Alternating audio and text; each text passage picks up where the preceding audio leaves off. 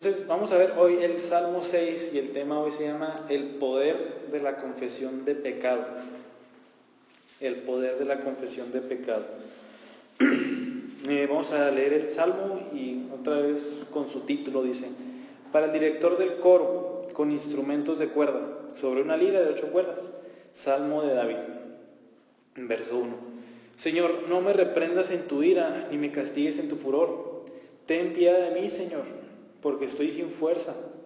Sáname, Señor, porque mis huesos se estremecen. Mi alma también está muy angustiada. ¿Y tú, Señor, hasta cuándo? Vuélvete, Señor, rescata mi alma. Sálvame por tu misericordia. Porque no hay en la muerte memoria de ti. En el Sheol, ¿quién te da gracias? Cansado estoy de mis gemidos. Todas las noches inundo de llanto mi lecho. Con mis lágrimas riego mi cama.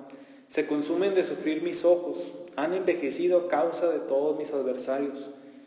Apártense de mí todos ustedes que hacen iniquidad, porque el Señor ha oído la voz de mi llanto. El Señor ha escuchado mi súplica, el Señor recibe mi oración. Todos mis enemigos serán avergonzados y se turbarán en gran manera. Se volverán y de repente serán avergonzados. Este es el Salmo 6 de David.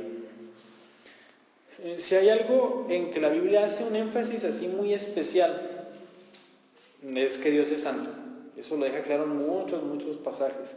O sea, parece que este atributo de la santidad de Dios como que lo aparta y lo resalta más la Biblia. O sea, a pesar de que Dios es santo, Dios es justo, Dios es amor, a pesar de que Dios es soberano, como que el atributo que siempre resalta más es la santidad de Dios, que Dios es santo. Tenemos, por ejemplo, el famoso versículo de Isaías 6:3, cuando los ángeles están adorando a Dios, ¿qué dicen? Santo, santo, santo es el Señor.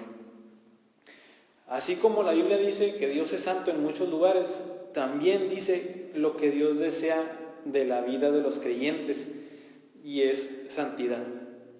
Y también en muchos lugares, por ejemplo en Levítico, en el libro de Levítico, una y otra vez dice: sean santos, ¿por qué? Porque yo soy santo, dice el Señor. Entonces, sean santos ustedes. ¿Por qué razón? Porque yo soy santo. Como yo soy santo, ustedes deben de ser santos. Este llamado de la santidad significa vivir una vida lejos del pecado, vivir una vida consagrada a Dios y aparte estar meditando en su palabra. Vamos a ver los primeros 3 versos del Salmo 1 que vamos a ver la semana que entra. Dice: cuán bienaventurado es el hombre que no anda en el consejo de los impíos, ni se detiene en el camino de los pecadores, ni se sienta en la silla de los escarnecedores. Eso habla de la santidad, ¿verdad? O sea, que se está apartando de los pecadores.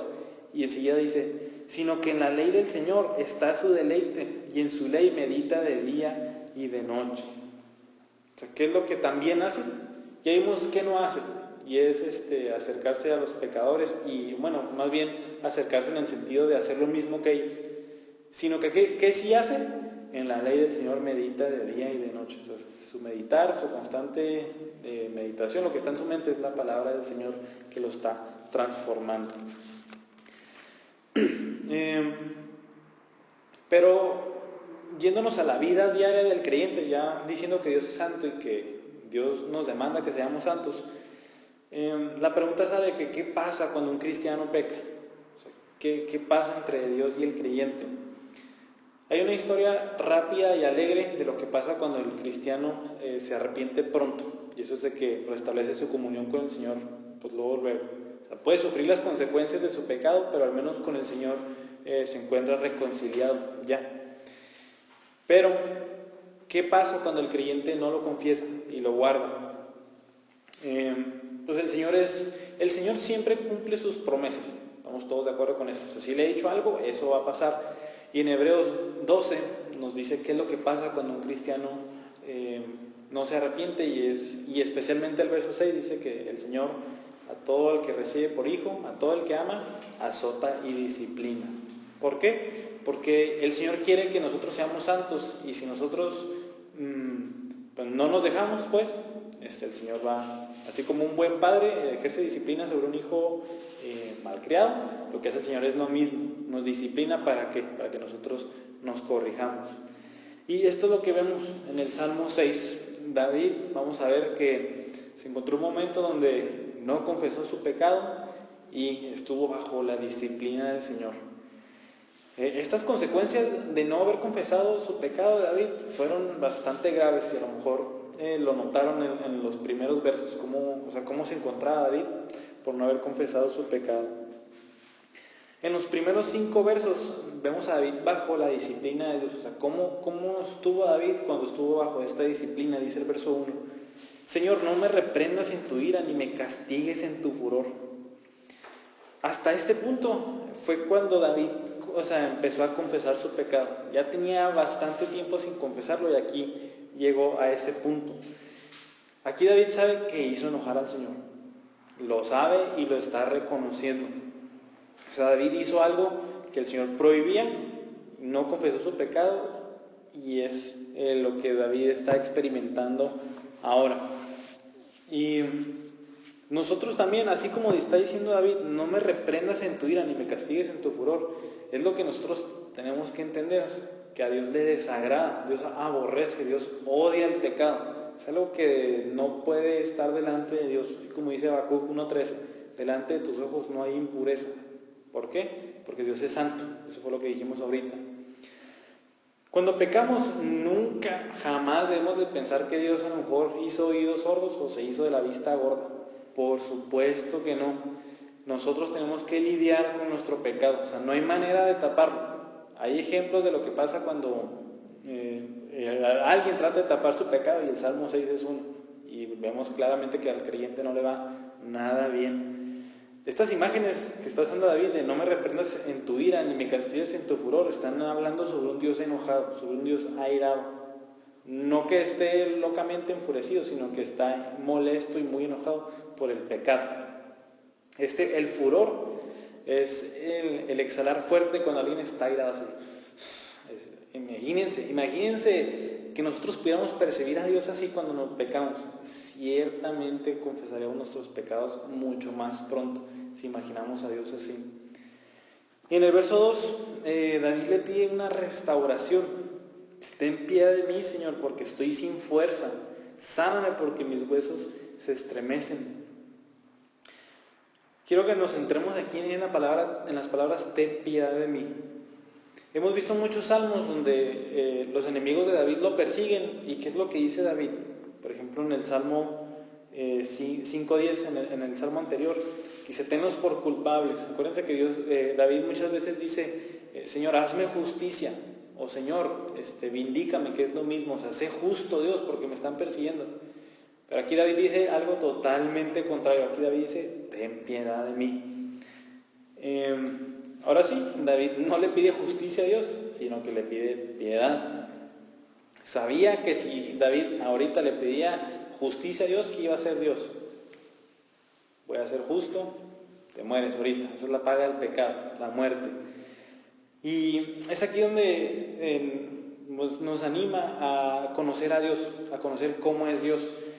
Sí podemos pedirle a Dios, como hemos visto en algunos salmos, que haga justicia ante muchas de las circunstancias que nos pueden rodear. Señor, haz justicia aquí porque esta es una injusticia. Pero si conocemos al Señor, podemos saber que si pecamos, podemos pedirle no que haga justicia, sino que tenga piedad de nosotros. Aquí estamos apelando no a su justicia, sino a su gracia, a su misericordia, a que Dios es un Dios que perdona. Entonces es por eso que debemos de conocer más a Dios, todos sus atributos, toda la paleta de colores que es Dios, hablando de sus atributos. No nada más centrarnos en el color rojo, no nada más centrarnos en el color azul, sino en todos los atributos de Dios, para poder ser como David, que en algunas ocasiones le pedía que fuera justo y en otras que fuera misericordioso con él. Y da una razón por la cual David quiere que lo sane y quiere que tenga piedad de él. Y dice: porque mis huesos se estremecen. No es de que a David le hubiera dado como una enfermedad de huesos aquí, sino que en el hebreo es como un modismo de hablar sobre la parte interna de alguien. O sea, mis huesos se estremecen, mi parte interna está totalmente destruida, por eso necesito que me ayudes, por eso necesito que me sanes. Y esto es el dolor emocional y espiritual que tenía David ya en este momento, ya cuando la disciplina de Dios lo llevó hasta este punto. Dice el siguiente verso: mi alma está muy angustiada. ¿Y tú, oh Señor, hasta cuándo? Lo más importante que perdió David al no haber confesado su pecado, no fue su vitalidad o su salud física. Estamos viendo que David parece ser que tenía una debilidad física, si se fijan, sáname y restáurame. Pero eso no fue lo más importante que perdió. Lo más importante que perdió fue su paz espiritual. Es por eso que le dice, mi alma está muy angustiada. Eso es lo que a David le afecta más, que mi alma está muy angustiada. ¿Por qué? Su alma no está en paz con Dios. Y eso es lo más terrible que perdemos cuando pecamos contra el Señor y no confesamos nuestro pecado, la paz. Empezamos a estar turbados y nuestra alma está muy angustiada, así como la de David. Y aquí encontramos una pregunta muy irónica y muchas veces se la hacemos al Señor cuando a lo mejor estamos bajo su disciplina y le decimos, ¿y tú, oh Señor, hasta cuándo? ¿Hasta cuándo no te vas a volver y me rescatas de esto? Pero, ¿por qué no nos hacemos esa misma pregunta a nosotros mismos cuando no confesamos nuestro pecado? ¿Y tú, Poncho? ¿Hasta cuándo? ¿Hasta cuándo no vas a confesar tus pecados a Dios? Si fijan, se la hacemos a Dios, ¿hasta cuándo, Señor, no vas a quitar esta disciplina? Pero ¿por qué no nos la hacemos a nosotros? Señor, Poncho, ¿hasta cuándo no vas a confesar tu pecado? Y pues podemos escuchar a lo mejor al Señor devolviéndole esa pregunta. ¿Y tú, David, hasta cuándo vas a confesar tu pecado? O sea, ¿hasta cuándo quieres estar en enemistad conmigo? En todo caso depende de ti, depende de que te humilles y depende de que mi disciplina te guíe hasta el arrepentimiento. Y es por esto que los animo a todos a confesar nuestro pecado inmediatamente. O sea, no hay necesidad de estarlo tapando, no hay necesidad de decir, ya van 3 días que no lo confieso, a Dios ya se le olvidó. No.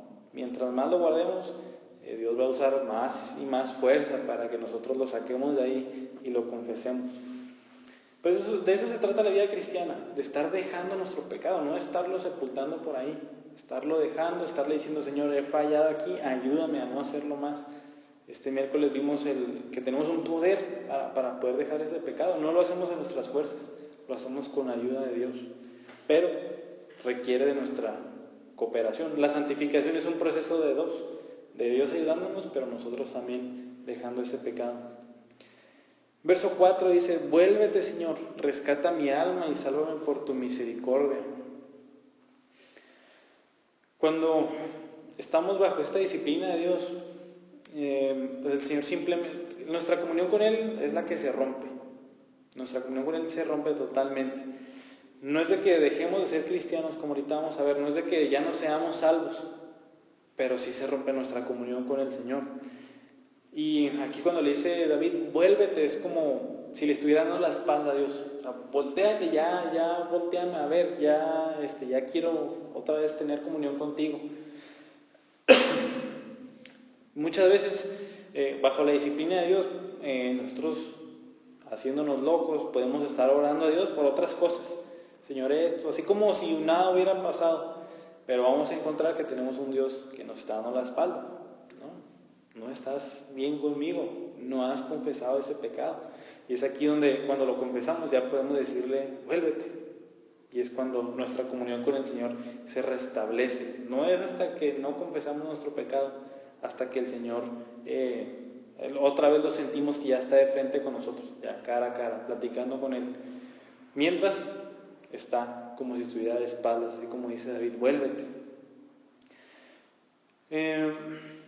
David dice aquí mismo, rescata mi alma, sálvame por tu misericordia.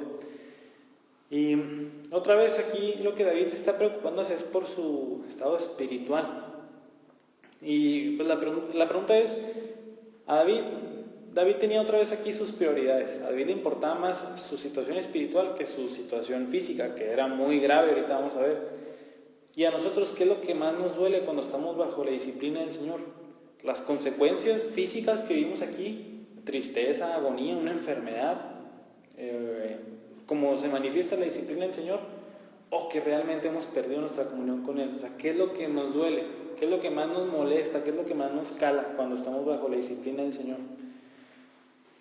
¿Preferimos recuperar rápido nuestra sanidad o recuperar rápido nuestros asuntos físicos que nuestra comunión con Él? Eso va a hablar mucho de nuestro estado espiritual. O sea, ¿qué es lo que más nos preocupa cuando estamos bajo la disciplina del Señor.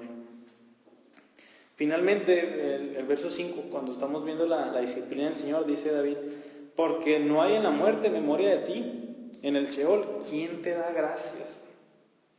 Aquí podemos ver que la disciplina del Señor fue muy grave, o sea, fue severa. Parece que David estaba enfermo de algo y como que ya estaba cerca de morir. Así, de esa magnitud fue la disciplina del Señor. Y aquí lo que David dice, el Sheol, acuérdense que es la región de los muertos, así como la tumba, eso es a lo que se refiere en el Antiguo Testamento. O sea, en la región de los muertos, Señor, ¿quién te da gracias? Y aquí lo que David, ya una vez que se encuentra confesando su pecado, es lo que ya le preocupa. Señor, ya no voy a estar vivo para alabarte, ya no voy a estar vivo para darte gracias, ya no voy a estar vivo para eso. Y aquí ya vemos a David cómo se está preocupando por estas cosas espirituales. Entonces lo que David no quería era una muerte prematura. David diciéndole a Dios: no me quiero morir ya, quiero seguir viviendo y viviendo para ti. Y hay algunos casos de muerte prematura en la Biblia por pecado. Uno es en Hechos 5.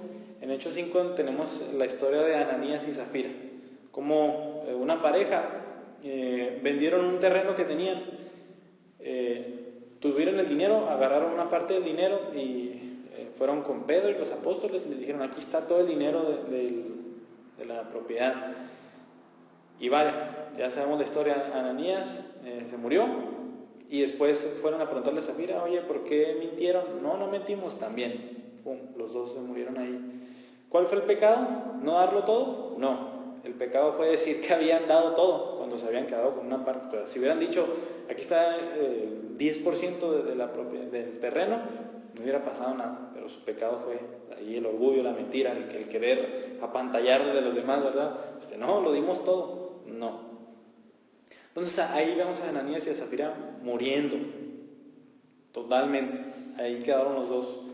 También en 1 Corintios 11, aquí Pablo está hablando sobre la cena del Señor en la iglesia y habla mucho de cómo debemos de examinarnos. Si necesitan examinarse, o sea, si hay pecado en su vida y no lo han confesado, no participen en la cena del Señor, dice Pablo. Por eso muchos de ustedes se encuentran enfermos y muchos otros han muerto. ¿Por qué? Porque estaban tomando la cena del Señor de una manera muy demasiado mal. O sea, pecaban, vivían sus vidas como querían y aún así se presentaban en la cena del Señor. Entonces ahí vemos otro ejemplo de cómo una vida de pecado sin arrepentimiento puede conducir a una muerte prematura. Y eso no es nada más que el juicio de Dios. Pero David no quería que le sucediera esto y por eso está confesando su pecado. Y nos puede salir la pregunta, o sea, ¿cómo que si se moría David ya no iba a alabar a Dios? ¿Por qué no se moría y se iba a la presencia de Dios? Aquí vemos cómo hay un concepto ahí que se llama la revelación progresiva. O sea, Dios empezó a mostrar sus verdades a lo largo de la Biblia. O sea, no es de que vayamos a Génesis y tengamos la totalidad de la enseñanza de la Biblia muy clara. No, Dios empezó a darnos más y más claridad conforme avanzaba la revelación. O sea, sabemos que la Trinidad es mucho más clara en el Nuevo Testamento que en el Antiguo. Y para estas personas del Antiguo Testamento, ahí por tiempos de David, no era muy clara, por ejemplo, la resurrección.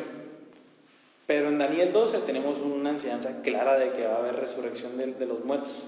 Entonces, lo que sí tenemos ahora es de que, lo que tenemos ahora muy claro es que cuando el creyente muere, ¿a dónde se va? Con el Señor. Ahí Filipenses 1:21, Pablo dice: para mí el vivir es Cristo y el morir es ganancia, porque me voy con el Señor. Y también que hay una resurrección de los muertos, 1 Corintios 15:20, de que Cristo es las primicias de la resurrección y nosotros vamos a hacer la cosecha. Y pues ahora tenemos el regalo, es un regalo que nosotros tengamos una Biblia completa ahorita. O sea, ellos en su momento tuvieron la extensión que hubieran tenido, pero nosotros tenemos la Biblia completa y esa es la enseñanza clara del Señor. Y podemos descansar en las palabras de Juan 11 cuando dice Cristo: yo soy la resurrección y la vida. Nosotros podemos descansar en esa promesa. Versos 6 y 7, aquí tenemos la confesión de pecado. A pesar de que no nos muestren la confesión de pecado, podemos ver que David aquí es cuando confiesa su pecado. Dicen los 2 versos: cansado estoy de mis gemidos, toda la noche inundo de llanto mi lecho, con mis lágrimas riego mi cama. Se consumen de sufrir mis ojos, han envejecido a causa de todos mis adversarios. Aquí es donde David entiende la seriedad de su pecado. Aquí es donde David llega a entender la gravedad de su pecado y lo manifestó con lágrimas. Esas lágrimas que no había manifestado antes, la disciplina del Señor se la sacó. O sea, no fue hasta que el Señor puso su disciplina que David pudo con lágrimas confesar su pecado. Y David dice pues, que sus lágrimas fueron bastantes. Dice: mi cama la estoy regando completo con mis lágrimas. Vaya, mi cama está flotando con mis lágrimas. Así de arrepentidos se encontraba David. Dice que se consumen de sufrir mis ojos. David lo más seguro es que tenía unos ojos gigantescos de la hinchazón que tenía de estar a llore y llore cuando reconoció su pecado. Y este es el estado de una persona que no confiesa su pecado y el Señor ejerce su disciplina sobre él. Si fijan, no es un estado muy agradable. O sea, llegar hasta ese punto donde tenemos que con lágrimas confesar nuestro pecado al Señor, pues no es nada agradable. O sea, no hay necesidad de estar llegando a este punto a lo mejor diariamente. O sea, no, el Señor me está presione con su disciplina y así estoy siempre, o sea, llorando por mi pecado. No hay necesidad de eso. O sea, podemos simplemente pecar y decirle: Señor, perdóname, he hecho mal, ayúdame a dejar este pecado, no quiero, sé que es pecado esto, sé que te has enojado en este momento, pero te confieso mi pecado. O sea, si pasa eso, no vamos a estar llegando a estas escenas tan drásticas de cómo la disciplina del Señor nos puede empujar hasta que no nos arrepintamos de eso. A lo mejor tienes pecado sin confesar y a lo mejor puede ser que estés bajo la disciplina del Señor. Lo que tienes que hacer es, como David, arrepentirte ya. O sea, no hay necesidad de esperarte para mañana, no hay necesidad de esperarte una semana más. Confiesa tu pecado ahora y reconcíliate con el Señor. No hay necesidad de estar así como estuvo David.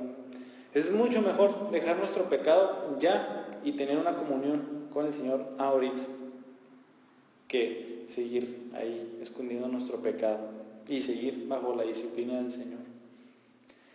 En los últimos 3 versos vemos la restauración de David. Vamos a leer los primeros 2 versos. Dice: apártense de mí todos ustedes que hacen iniquidad, porque el Señor ha oído la voz de mi llanto. El Señor ha escuchado mi súplica y el Señor recibe mi oración. Fíjense, son versos que parece que ni siquiera son del Salmo. O sea, ¿en qué momento David está llorando? En el verso 7 David está regando su cama con lágrimas y en el verso 8 dice: el Señor ha oído mi llanto y el Señor ha escuchado mi súplica. Si se fijan, ha pasado algo. En el verso 8 pasó algo y es que David confesó su pecado y el Señor lo ha perdonado. Eso es lo que pasó. Ahí entre el verso 7 y el verso 8 David se encuentra restaurado y se encuentra perdonado por Dios. O sea, si se fijan, David está tan confiado que estos adversarios que mencionó en el verso 7, que esos adversarios muy probablemente fueron parte de la disciplina del Señor. O sea, David se encontraba tan necio y tan testarudo de su pecado que el Señor a lo mejor le mandó hasta adversarios para que David entendiera que estaba en mal estado con Dios. Y ahora a esos adversarios David les puede decir: apártense de mí todos ustedes que hacen iniquidad. ¿Que no David había hecho iniquidad? Sí, pero ¿cuál era la diferencia? Que se había arrepentido, que había confesado su pecado y había sido perdonado por Dios. Entonces también la disciplina Dios la quitó. O sea, obviamente no es para siempre, sino que una vez que alguien se arrepiente, el Señor simplemente retira su disciplina. O sea, ya resultó en el efecto que quería el Señor, que era que nos arrepintiéramos. Y este es el poder de la confesión del pecado. O sea, este es el mensaje central de hoy. Cuando no nos arrepentimos, ¿cómo estamos? Estamos inseguros, a lo mejor medio hipócritas con el Señor, haciendo como si no pasara nada. Sentimos muchas veces al Señor lejos, sentimos que son oraciones vacías las que estamos lanzando y no estamos en paz, estamos turbados, hay algo que no me deja en paz y es el pecado. Pero cuando lo confesamos, lo que pasa es que todo eso se va. Así como David, todo eso simplemente se va. tenemos comunión con el Señor, la paz vuelve, estoy en paz con el Señor otra vez, y pues mis oraciones son escuchadas. Si fijan, o sea, pasan muchas cosas cuando confesamos nuestro pecado. Es por eso que el confesar el pecado tiene un poder muy grande en nuestras vidas. Y principalmente si se trató de una disciplina grave, esa disciplina simplemente se retira. Así de impresionante es la confesión del pecado. Hay una pregunta, ¿cómo, así como David, si fijan, está muy confiado David, apártense de mí todos ustedes que hacen iniquidad, porque el Señor, fíjense las frases, porque el Señor ha oído la voz de mi llanto, porque el Señor ha escuchado mi súplica, el Señor recibe mi oración. O sea, está muy confiado David. David tiene mucha confianza de que el Señor le ha respondido. ¿Y cómo es que nosotros podemos tener esa misma confianza cuando nos arrepentimos con el Señor? Primero, si entendemos correctamente lo que es el Evangelio, nos vamos a sentir realmente perdonados. ¿Por qué? O sea, ¿de qué me sirve entender bien el Evangelio? Porque ¿qué dice el Evangelio? Soy perdonado no por algo que yo hice. Señor, ya hice esto, ya ayudé a cruzar a 50 viejitas en la calle, ya perdóname. No, eso no dice el Evangelio. El Evangelio dice que soy perdonado no por algo que yo haga, sino porque algo que otro hizo en mi lugar. Entonces, si otro hizo algo en mi lugar, confío en él y no en mí. Y eso me da paz. Cristo vivió una vida perfecta. Cristo pagó por mis pecados, por cada uno de ellos, inclusive este que estoy confesando en este momento. ¿Qué me produce eso? Paz. Si dependiera de nuestras obras, jamás tendríamos paz. ¿Ya será suficiente? Vaya, este pecado estuvo grave. No, todavía no lo puedo expiar. O sea, yo no lo puedo expiar, no he hecho lo suficiente. Pero si en cambio miramos al Evangelio y miramos a Cristo, realmente es cuando nos sentimos perdonados.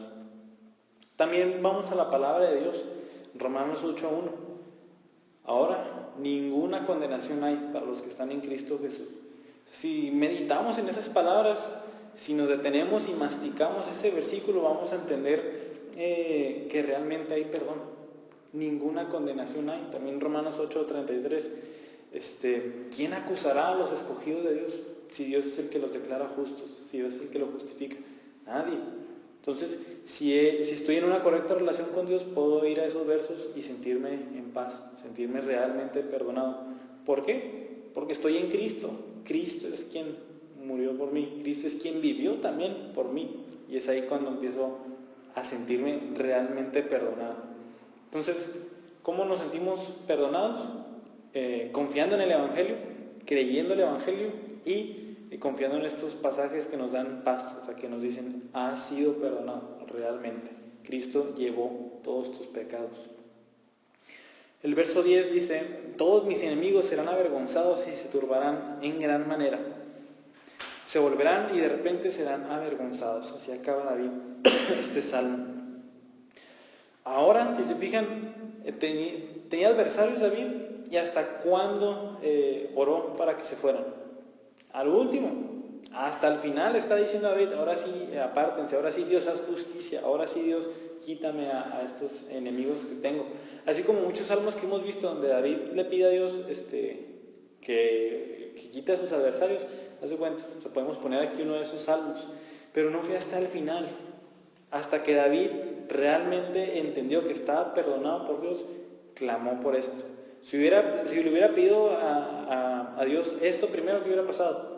Nada, absolutamente nada. Dios le hubiera agravado la disciplina y le hubiera dicho, no, te tienes que arrepentir, te tienes que arrepentir. Y a veces podemos clamar a Dios por estas cosas sin habernos confesado aún y vamos a recibir de Dios nada, absolutamente nada. A lo mejor más disciplina. O sea, me estás orando y no te has arrepentido. Me importa más que te reconcilies conmigo que cualquier cosa física que te esté pasando ahorita. Y muchas veces esto muestra un corazón muy frío y muy convenenciero con Dios. O sea, no me he arrepentido, pero sí llego con Dios a pedirle algo. Si fijan, es demasiado cruel un corazón así. O sea, si no nos importa primero la situación espiritual, nos está mostrando que tenemos otros intereses y no al Señor. Hay que recordar que delante de Dios todas las cosas están desnudas, no hay nada oculto para Dios. nuestras intenciones, nuestras vidas, nuestros pecados, ahí que hemos enterrado muy abajo, el Señor no le sorprende nada de eso, el Señor lo sabe completamente. Así que, si estás bajo la disciplina del Señor o no has confesado un pecado, no vivas como si no estuviera pasando nada, arrepiéntete, tienes que tener el mismo pensar de Dios de tu pecado, que tienes que arrepentirte de él, que es algo malo. Algo que forma parte esencial, parte vital de una vida espiritual saludable es la confesión de pecado. La confesión comienza cuando el Espíritu Santo nos está diciendo: has pecado, estás mal con el Señor. Así empieza el Espíritu Santo, nos empieza a sensibilizar. Aunque hayas pecado y te hagas loco, no, te está diciendo día con día, minuto a minuto: has pecado, necesitas reconciliarte con Dios. Así empieza esta confesión de pecado. Y otra vez, el pecado no termina con nuestra relación con Dios. No es de que peque y Dios ya, no estás perdonado, estás condenado. No, cuando un cristiano peca sigue siendo un cristiano. Lo que sí pasa es que perdemos nuestra comunión con el Señor y las consecuencias de ello son muy graves. La Biblia deja muy claro que el Señor se enoja y se molesta, así como dijo David en el verso 1, si no nos arrepentimos. El Señor está molesto con nosotros. Lo que el creyente debe de hacer es lidiar honestamente con Dios de su pecado. El creyente debe decirle al Señor: así fue el pecado, y no minimizarlo. No, es que fue esto nada más. No. Fue así y así. O dando una excusa por él. Sí, Señor, hice esto, pero esto. No, esa no es una confesión de pecado para nada. Una confesión de pecado es: hice esto, y soy responsable de esto, Señor, y te estoy pidiendo piedad, te estoy pidiendo que me perdones. No tengo nada más que dar, sino una confesión de fe y creer en que Cristo pagó por ese pecado. El creyente lo que debe hacer es mantener sus cuentas cortas con Dios. Todos los días saca la lista: Señor, perdóname por estos pecados. No debemos de estarlos guardando y un día, bajo la disciplina del Señor, sacar una lista grande. No, eso no es parte de una vida saludable, espiritual. Cuando el cristiano realmente confiese su pecado al Señor, la disciplina se va a ir y su comunión va a estar restaurada. El Señor en su palabra nos ha mostrado que realmente nos perdona. No importa el pecado, el Señor está disponible para perdonarnos si lo confesamos. Dice 1 Juan 1:9: si confesamos nuestros pecados, Él es fiel y justo para perdonarnos los pecados y para limpiarnos de toda maldad. Es una promesa a lo mejor de las más bellas que hay en la Biblia. Si confesamos nuestros pecados, Él es fiel y justo para perdonarnos. Entonces, ¿qué es lo que debemos hacer? Confesarlos. Y es así como este gran poder que se encuentra en la confesión del pecado nos reconcilia con el Señor. Tenemos una comunión hermosa con Él y su disciplina pues simplemente se va. Y lo que hay que hacer entonces siempre es confesar nuestro pecado. Si es posible, inmediatamente. Y si no, en las noches, pues siempre hay que darnos un espacio ahí para meditar en lo que hemos hecho en el día y ponernos a cuentas con Dios. Vamos a orar. Señor, gracias por ayudarnos a entender el gran poder que se encuentra en la confesión de pecado. Mi oración es que nadie de los que estamos aquí, Señor, oculte pecados o que en este momento tenga pecados guardados, sino que todo lo ponga delante de ti y lo confiese. Que confiese que ha pecado contra ti, que no lo minimice, que no lo excuse, sino que simplemente reconozca su pecado. Señor, confiamos en la promesa de este salmo, confiamos en la promesa de otros versículos donde nos enseñan que tú nos perdonas realmente. Y siempre ayúdanos a recordar cómo es que nos perdonas si no es por algo que nosotros hagamos. Señor, no hay nada que nosotros podamos hacer para remediar nuestro pecado, sino en confiar en aquel que vivió una vida perfecta y en aquel que murió en mi lugar, aquel que sufrió lo que yo merecía por mis pecados, en el cual es Cristo Jesús. Te damos gracias por este evangelio tan hermoso que nos regalas de perdonarnos 100% todos nuestros pecados y así poder estar en una correcta relación contigo. Te damos gracias y te alabamos, Señor, porque eres fiel y justo para perdonarnos nuestros pecados y limpiarnos de toda maldad. Amén.